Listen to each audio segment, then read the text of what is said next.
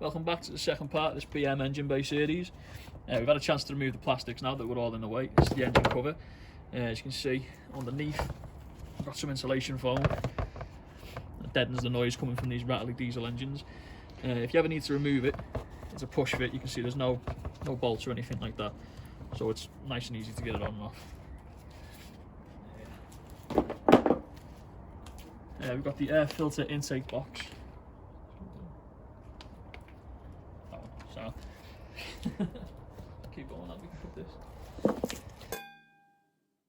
Yeah, coming from the air filter intake box, which we've taken off as well.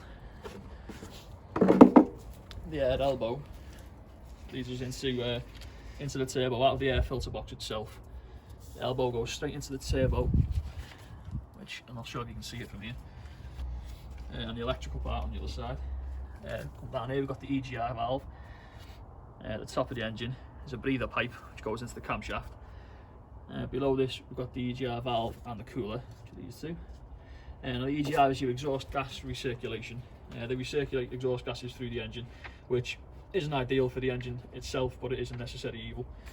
And it keeps the car running. So we go down into the radiator at the front as well. So it's best to see through here. Go through here, just first through the intake grills. You've seen these in the earlier video. You can just about make out the AC radiator at the front. And if we go up to the top here, you can see the actual engine radiator. You just make out the top of it here, and then the fan pack. We've actually got one that we prepared earlier over here from a similar car.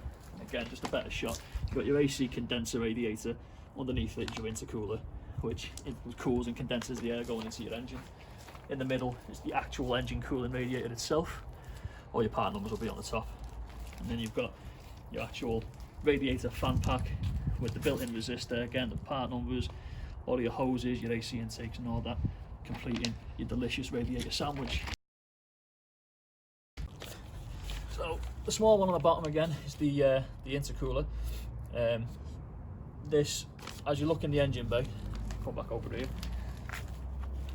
So it's just underneath the reg, you can just about make it out there. But on the inside of the engine bay, go right at the bottom. From where the turbo is, there's a pipe that brings pumps air into the intercooler itself.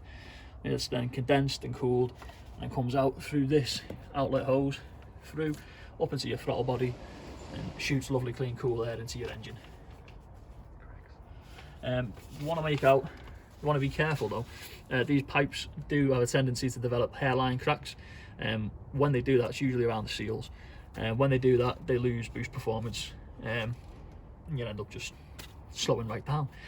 So yeah, make sure if you've got any issues with that, just double check that you've got no hairline cracks. They can be made out of plastic, metal, or both.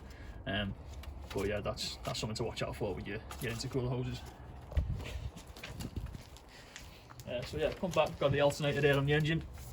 Your alternator keeps your car ticking over, charges your battery while the engine's running, keeps everything from falling apart. You can get by without an alternator, but you're not going by for far.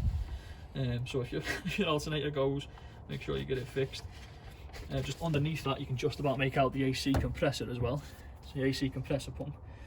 Now this does have a clutch, so when it's not turned on, it engages, stops the pump from running.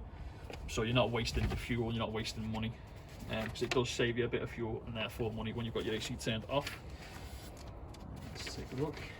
If you go deeper, it's a bit hard to see, but if we go straight down, you can just about make out the electric motor on the power steering rack. And this is an electric steering rack as opposed to hydraulic, which is why on the radiator pack earlier we didn't see an oil cooler, because we don't need one. You can just about make out from the steering rack that it connects to two track rod ends. That's what it connects to the hubs with.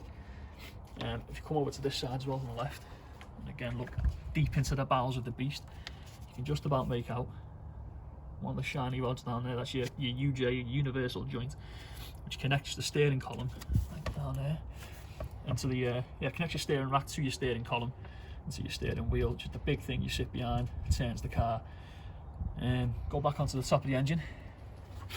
Oh, sorry, no, go back to the bottom of the engine bay just before we go up. You can see here as well, just this silver thing here, your front subframe and your anti-roll bar as well, just in case your uncle goes rolling around. Back on top of the engine, You've got fuel injectors at the top. Your high pressure fuel injectors, your high pressure fuel rail. There's only 4 injectors on this car because it's only a 4-cylinder engine.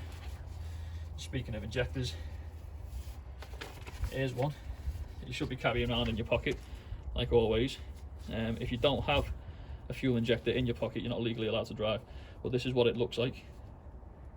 You're supposed to keep the tips nice and safe. No one likes a snap tip.